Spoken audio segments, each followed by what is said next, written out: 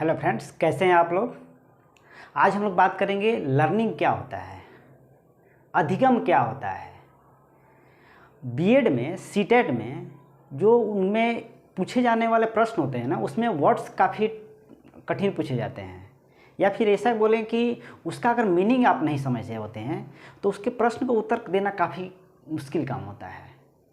तो उसी में से एक अधिगम भी एक वर्ड्स है जिसको हम लोग लर्निंग बोलते हैं, जिसको साधारण भाषा में बोले तो इसे सीखना बोलते हैं। इसी पर आज हम लोग बात करने वाले हैं कि लर्निंग होता क्या है, ये कौन सी प्रक्रिया है, कैसे हम समझेंगे कि ये लर्निंग है, ये सीखना इसको बोलेंगे। इसी पर आप कभी देखे होंगे कि कोई बच्चा एक मोमबत्ती की लौ की तरफ बढ़ता है और उसे छूने की कोशिश करता है। जब उस मोमबत्ती की लौ को छूता है तो वो मोमबत्ती की लौ उसे जला देती है। फिर पुनः अगर आप उस मोमबत्ती के पास उस बच्चे को ले जाएंगे तो बच्चा उस मोमबत्ती को छूने से वंचित रहता है, बचने की कोशिश करता है। ऐसा क्यों? क्योंकि उससे पता चल गया है कि इसके पास मैं टच करूंगा तो ये मुझे जलाएगा। इससे क्या पता चलता है, इससे क्या आप अनुभव करते हैं कि कहीं ना कहीं उस बच्चे ने पिछली घटना से वो अनुभव लिया और उसके व्यवहार में परिवर्तन आ गया कि नहीं, मुझे नहीं छूना है। इससे क्या पता चलता है कि पुराने अनुभवों के आधार पर जब हम लोगों के व्यवहार में परिवर्तन आता है तो उससे हम लर्निंग बोलते हैं, सीखना बोलते हैं। उस बच्चे को सीख मिल गया कि नहीं, उस घटना से मैं उसी काम को फिर से दोहराऊंगा तो मुझे फिर से जलना पड़ सकता है। ये प्रोसेस जीवन भर चलता है। कभी आपने सुना है कि पढ़ाई करने की, शिक्षा ग्रहण करने की या सीखने की कोई उम्र है? इसकी कोई उम्र नहीं होती, इसकी कोई लिमिटेशन नहीं होता। आप जिंदगी भर पर सेकेंड, पर पल, पल पल आप सीख सकते हैं। आपके अनुभव से जो भी परिणाम आता है तो उसके व्यवहार में परिवर्तन आता है, वो सब सीखना होगा। इस पर जैसे आप शिक्षा का उद्देश्य क्या है, आप देखेंगे शिक्षा का उद्देश्य क्या है। शिक्षा का उद्देश्य होता है कि बच्चों को सिखाना और उनके सीखने के मार्ग में अग्रसर करना, उन्हें कुछ सिखाना और सीखने के मार्ग में उन्हें अग्रसर करना। शिक्षा का यही तो मतलब होता है, महत्व होता है। हम क्यों शिक्षा ग्रहण करते हैं? ताकि कुछ सीखें और सीखकर कुछ आगे बढ़ें।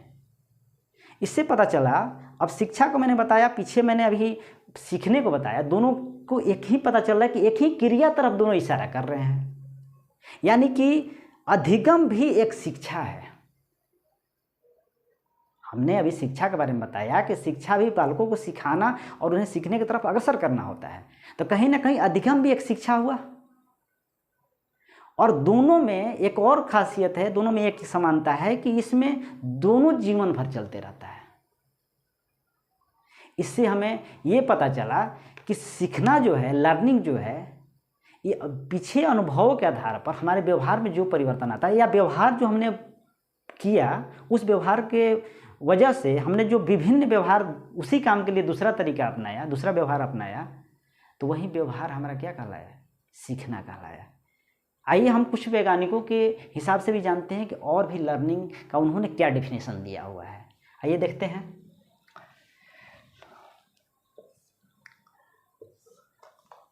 हमने यहाँ तक देख लिया कि शिक्षा का उद्देश्य सीखना और सीखने की ओर अग्रसर होना होता है, और अधिगम और शिक्षा में जीवन भर सदा चलती रहती है।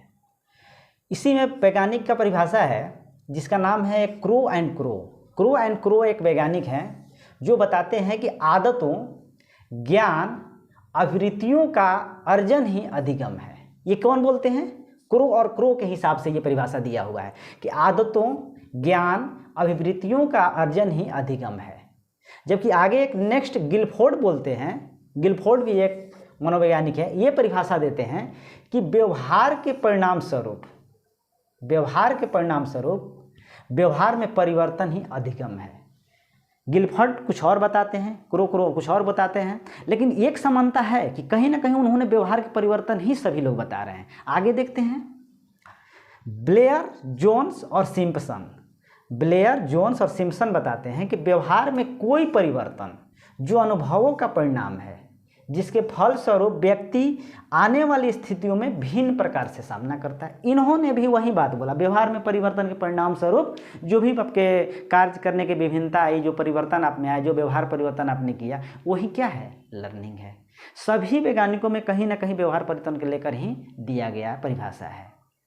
अब हम ये देखते हैं कि इसके नेचर क्या है, कैसे पता करेंगे कि ये लर्निंग है, उसकी क्या क्या खासियत होती है, क्या क्या नेचर होता है। ये एक सक्रिय प्रक्रिया है। इसके नेचर में, इसका नेचर है कि ये सक्रिय प्रक्रिया है, ठीक है।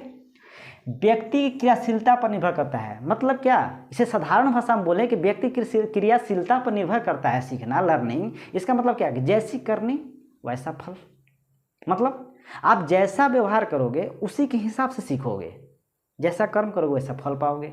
इस पर सटीक लागू होता है कि लर्न करोगे, जैसा आप कार्य करोगे उसी के हिसाब से लर्न करोगे ना। इसके पॉजिटिव भी लर्न कर सकते हो, निगेटिव भी लर्न कर सकते हो। विकास की प्रक्रिया, क्रियाशीलता पर निर्भर करता है, अभी हमने देख लिया। विकास की प्रक्रिया है ये क्या है? एक विकास की प्रक्रिया है। हम लोग सीखते हैं तो कुछ डेवलप करने का भी आगे बढ़ते हैं सीखकर। स्वप्रयास की प्रक्रिया है। मैं अभी शिक्षा दे रहा हूँ तो आपका काम क्या है? उसे स्वप्रयास करके सीखना। मैं शिक्षा दे रहा हूँ कि लर्निंग क्या होता है। अब इस लर्निंग के बारे में आप सीखोगे, जानोगे कि क्या होता है, फिर उसके बाद डिफिनेशन देने के लायक हो जाओगे। आप खुद के ऊपर अपने हिसाब से उत्तर देना शुरू कर दोगे। तो आपके पास जो उत्तर नहीं थे वो व्यवहार अलग था, आपने उत्तर देने के लायक बन गए, वो व्यवहार अलग है। व्यवहार में परिवर्तन आया तो कहीं ना कहीं आपने प्रयास किया, खुद प्रयास किया सीखने का। मैंने सिखाने का प्रयास किया, आपने सीखने का प्रयास किया। तो जो लर्निंग है वो स्व प्रयास करने से आती है, ठीक है। व्यक्ति के वातावरण के अनुरूप व्यक्ति में परिवर्तन होता है। देखते होंगे जैसा वातावरण होता है वैसे हिसाब से व्यवहार में भी परिवर्तन आता है। जैसे मान लीजिए एक बच्चे स्कूल में गए हैं तो वहाँ व्यवहार कुछ और करते हैं, डिसिप्लिन में रहते हैं।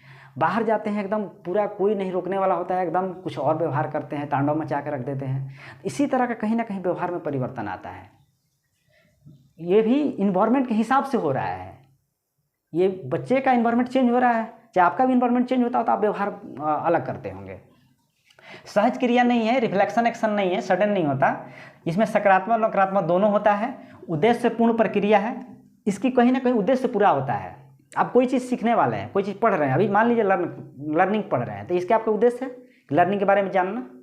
तो ये एक उद्देश्य की पूर्ति हो रहा है। आप सीख रहे हैं लेकिन कहीं ना कहीं एक उद्देश्य की पूर्ति हो रहा है, ठीक है। क्षेत्र इसका व्यापक होता है, ये लिमिटेशन नहीं है। इसका सीखने का कोई लिमिटेशन नहीं है। संज्ञात्मक सीख सकते हैं, भावात्मक सीख सकते हैं, अनुभव के आधार पर सीख सकते हैं। सीखने का कोई लिमिटेशन नहीं है, ठीक है।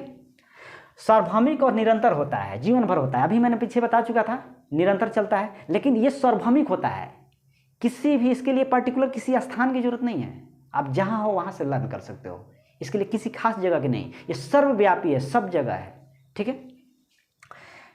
अब इम्पोर्टेंट पॉइंट ये है लास्ट में, परिपक्वता, थकान, बीमारी, नशे के कारण जो व्यवहार उत्पन्न होता है, जो व्यवहार परिवर्तन होता है, उसका अधिगम से कोई संबंध नहीं है। मतलब अगर आप परिपक्व हो गए, इसके बाद में आपको थकान अगर हो रहा है, बीमारी हो रही है, आप शराब पीकर नशे में हैं, इन सब के वजह से आपके व्यवहार में अगर परिवर्तन होता है तो इसका सीखने से कोई संबंध नहीं है। ये अच्छे से ही बात को समझ लें। इसका सीखने से, लर्निंग से, अधिगम से कोई संबंध नहीं है, ठीक है।